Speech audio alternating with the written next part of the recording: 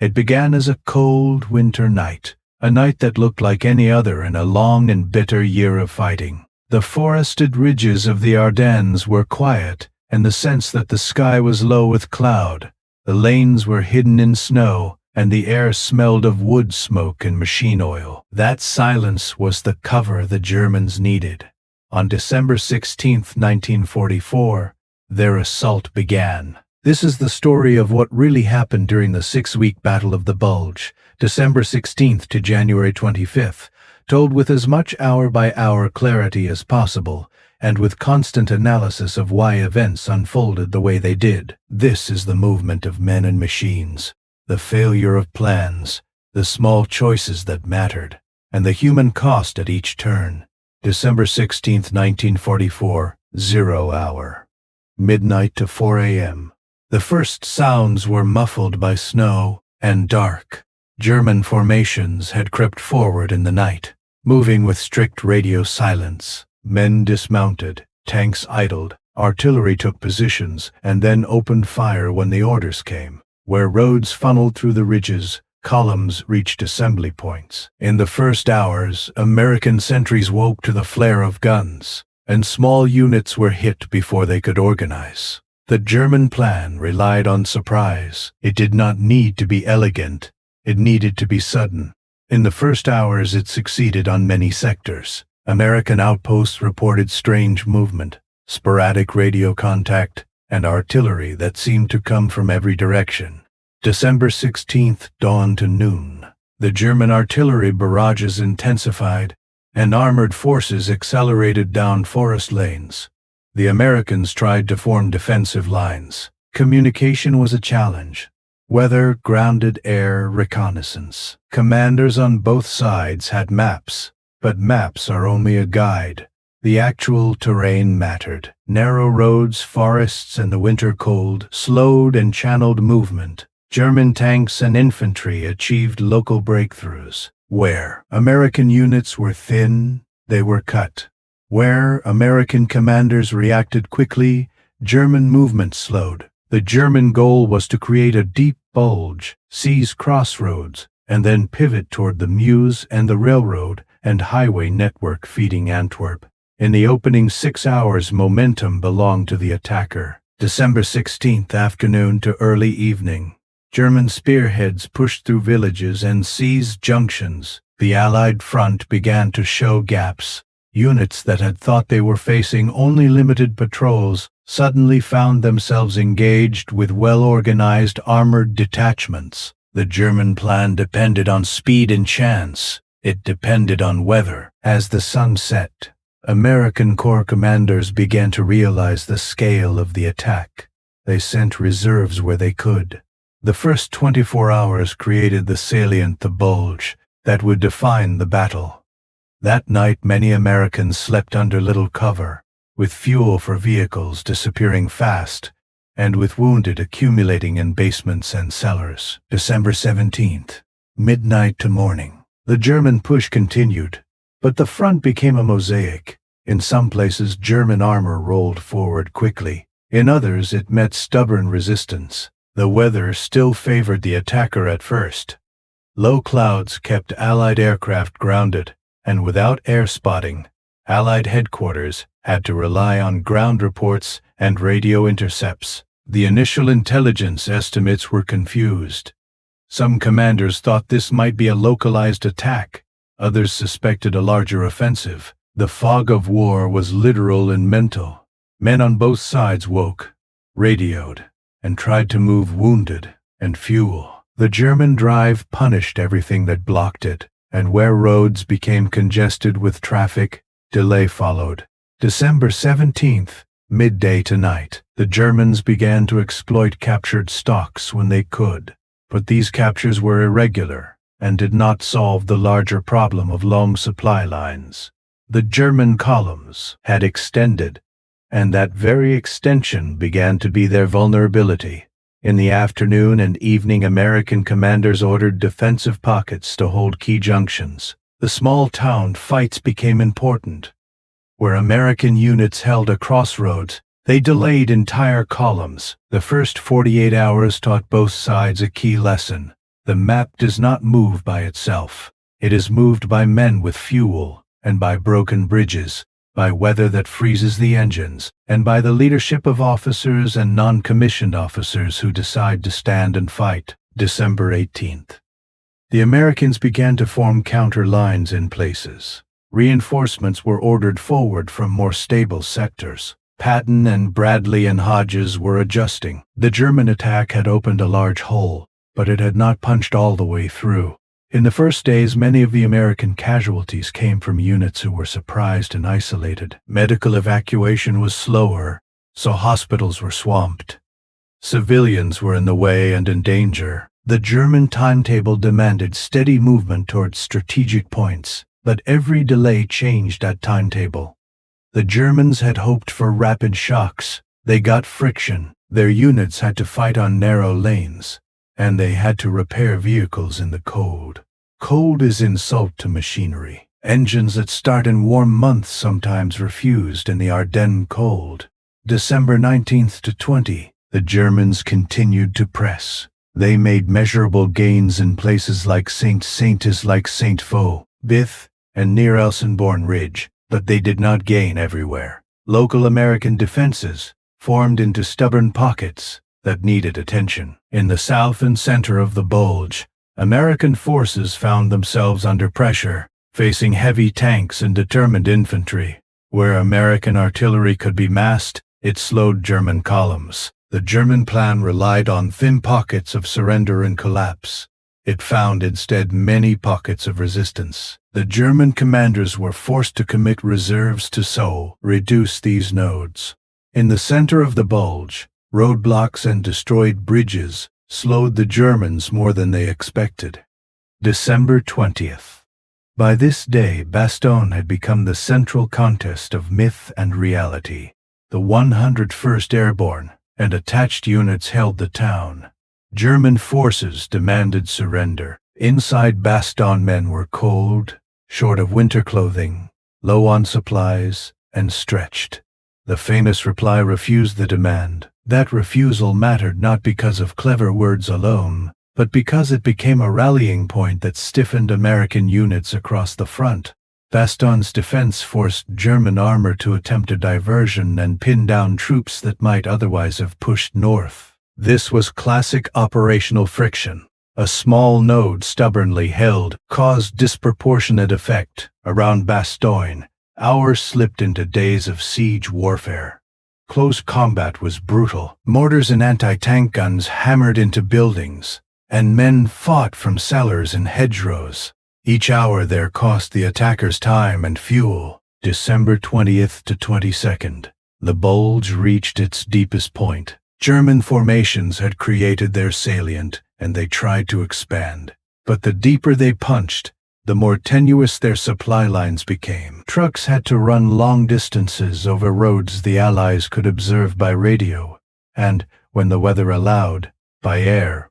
The German plan had hoped to outpace Allied reaction, but Allied commanders were moving reserves. Patton's Third Army was preparing to pivot. Across the front, Allied artillery began to mass, and firing concentrations were planned. The German pianist of war had struck a chord, but the chorus of Allied production and reinforcements had started to play back. December 23rd to 24th, the Germans tried to consolidate the gains. In some sectors they fought to reduce pockets, in others they tried to secure lines for fuel convoys. The weather was still a major factor. On some days the sky was low, and the ground a bay, white blur. On others the clouds broke, and Allied planes came up. The return of air power was a turning point. American fighters and fighter bombers began to interdict German columns when the weather allowed. They hit supply convoys and targeted concentrations of armor. The effect was not immediate annihilation, but it made mechanized movement a constant risk. Air attacks turned German mobility into vulnerability. December 25th, Christmas Day fell amid the battle. For many men on both sides, it was a day of cold and hunger and combat. Soldiers wrote to loved ones, if they could, and medics tried to treat frostbite as much as wounds. The psychological weight of fighting at Christmas added to the strain. For American troops, news of resistance and the stubborn hold on places like Bastogne became a moral booster. For the Germans, the effort showed strains. Fuel was increasingly scarce. The plan was meant to be a short thunderstrike. It was beginning to look like a longer burn, and the German logistics were not built for long burns. December 26, the pivot from German initiative to Allied counterattack began to take shape. Patton had executed his orders with speed. The Third Army, moving north, had been racing against time, roads, and weather. Columns moved toward Bastogne. On the 26th, elements of the 4th Armored Division made contact and helped relieve the siege. That day was a turning point at a tactical and symbolic level. Bastogne remained hard-pressed, but the corridor opened. Supplies could begin to circulate. The arrival of tanks and vehicles on the road into Bastogne was a logistical lifeline and a psychological gale. The defenders could see help. The attackers had to reassign troops to deal with the new threat. The German timetable was breaking. December 27th to 31st. The Allies consolidated gains and widened the pressure. Counterattacks were coordinated. Artillery and air power hammered German positions and supply lines. The German armor that had pushed forward faced refocused resistance. The days of the offensive momentum were passing. The Bulge was still there, but it now had depth and width that made it vulnerable to encirclement. Allied training and production began to tell. Replacements arrived and American artillery barrages inflicted increasing damage. January 1 to 7, 1945. The new year saw methodical Allied operations to reduce the Bulge. The Allies struck at the shoulders of the salient and pushed inward. They used combined arms, massed artillery, and airstrikes to make the German positions untenable. The Germans tried to hold, and they launched counterattacks in places where they saw opportunities, but their reserves were thin. Fuel shortages, attrition, and the cumulative effect of air attacks sapped German combat power. The weather now favored Allied air operations more consistently, and that air superiority was decisive. January 8 to 15. The Allies tightened the noose. By now, most of the German formations that had made the initial thrust were exhausted. In many units, personnel were replacements who lacked training and cohesion. Tanks and guns that had survived the initial melee needed maintenance that could not be done on the spot. Allied artillery dominated many sectors. The cumulative attrition of personnel and material moved the balance. The Allied offensive was not a single hammer blow. It was a series of carefully planned strikes designed to collapse the salient on a broad front. Each captured village, each cleared ridge, increased the logistical strain on German defenders. January 16 to 25, the final stage of the battle. Allied forces executed systematic reductions of the Bulge. The Germans organized fighting withdrawals where they could, but they lacked the strength to restore a coherent front. The Allies retook lost ground. They freed villages and towns, and they reopened roadways. The last days of the Bulge were marked by grim clearing fights, minefields, and the slow march of engineering units repairing bridges and roads. On January 25th, operational collapse of the German offensive was clear. The salient had been reduced, and the front line was again in Allied hands. The 6-week offensive had failed to achieve its strategic objective. The Germans had lost men and machines they could not replace, and the Allies regained the operational initiative, heading into the final months of the war. Now to analyze hour by hour what these movements meant. In the first hours of December 16th, the Germans achieved surprise because of careful planning and the weather. They began where they believed the Americans were least alert. That initial success did not automatically lead to strategic victory because the German plan had embedded weakness. It required rapid capture of fuel and supplies, and it assumed that the Allies would be slow to react. The Allies were not slow in the long run. They were confused in the first hours. but their command structure allowed rapid redeployment. Eisenhower and his generals could shift forces.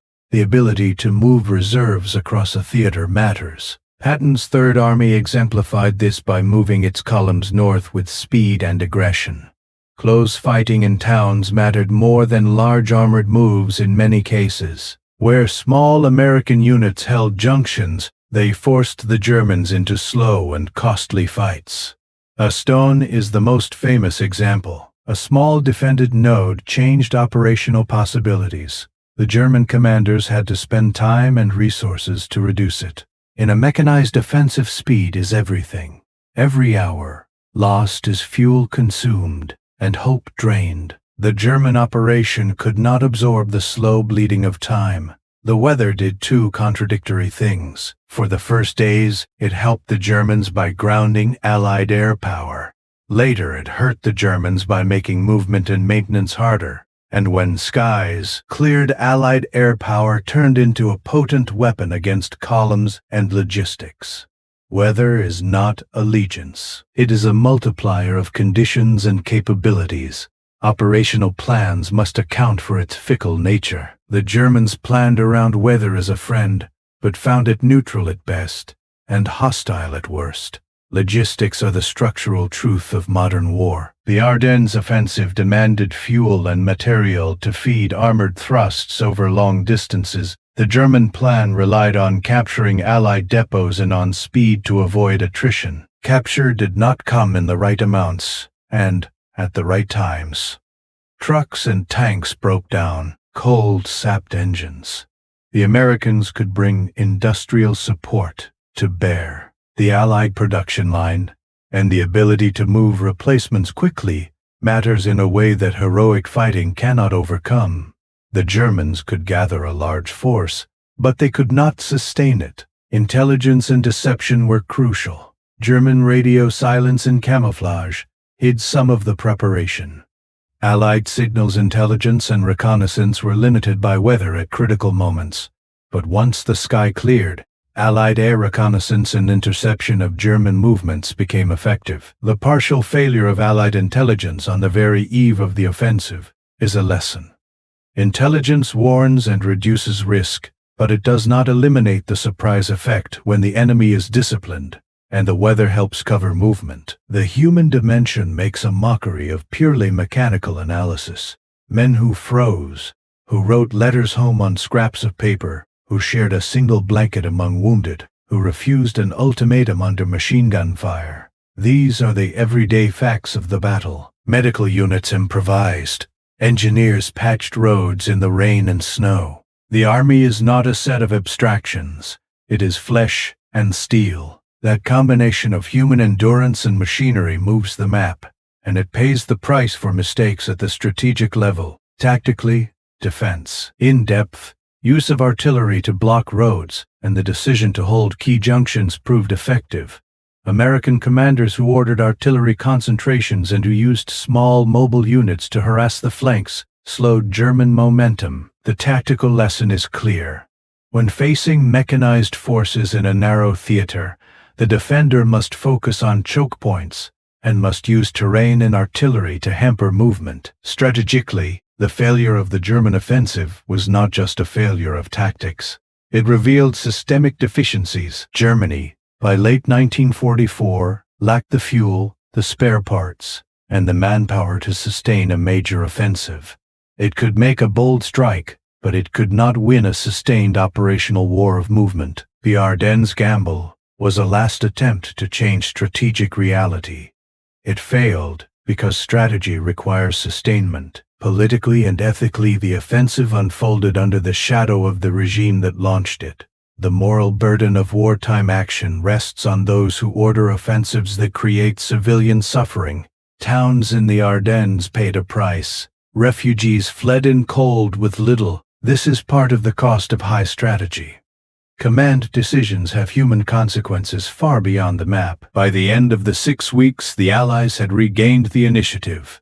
The German forces that had pushed were depleted. They had lost armor and personnel that could not be replaced in the quantities required. The Allied counteroffensives proved the value of logistics. air power, and coordinated ground action. The Bulge exhausted German mobile reserves and accelerated the collapse of German capacity on the Western Front. Hour by hour, day by day, the battle was made of many small choices. A lieutenant who ordered his unit to hold a crossroads for another hour, an engineer who kept a bridge passable through the night, an artillery officer who shifted fire to cover a withdrawal. These decisions multiplied. Conversely, moments of delay and misjudgment cost miles. The initial hours mattered because they set the tempo. The later days mattered because they revealed who could sustain that tempo. The Army of the United States emerged from the Ardennes with a stronger appreciation for the fragility of lines and the necessity of reserves. It learned to expect attacks when the weather suggested peace. It also learned that in the face of surprise, decentralized decisions by junior leaders would often be decisive. The German army learned that boldness alone cannot make up for shortages in fuel and production. It learned that even a brilliant initial assault will whittle itself away under constant counter-pressure if it cannot be fed. This narrative shows the war at its most straightforward and most complex. It is a story of geography, weather, logistics, leadership, and human endurance. It is a story told in hours and days, because time was the essential currency in a mechanized and industrial war. The German operation bought them days and shock, but not months. The Allies bought back the initiative by organizing resources and using superior air power, by moving reserves where necessary, and by holding key points under extreme conditions. There is no single hour that contains the whole truth. The opening hours are dramatic, the middle weeks are the hum of sustained combat, and the closing days are the slow collapse of an overstretched offensive. Each hour mattered in its way, and each hour changed the next. That is the essential lesson. War is not only strategy, it is the accumulation of choices, measured by hours. The Battle of the Bulge proves that a surprise strike can hurt badly, but unless it is linked to sustainable logistics and political reality, it is a costly gamble. This account has sought to follow the battle from its first shots at midnight on December 16th through the desperate sieges and armored maneuvers until the operational end on January 25th. It has tried to show how timing, weather, and the labor of ordinary soldiers shaped decisions at every stage. The Bulge remains a case study in the interplay of tactical action and strategic consequence, and in how human beings, under the harshest conditions, make the choices that determine history.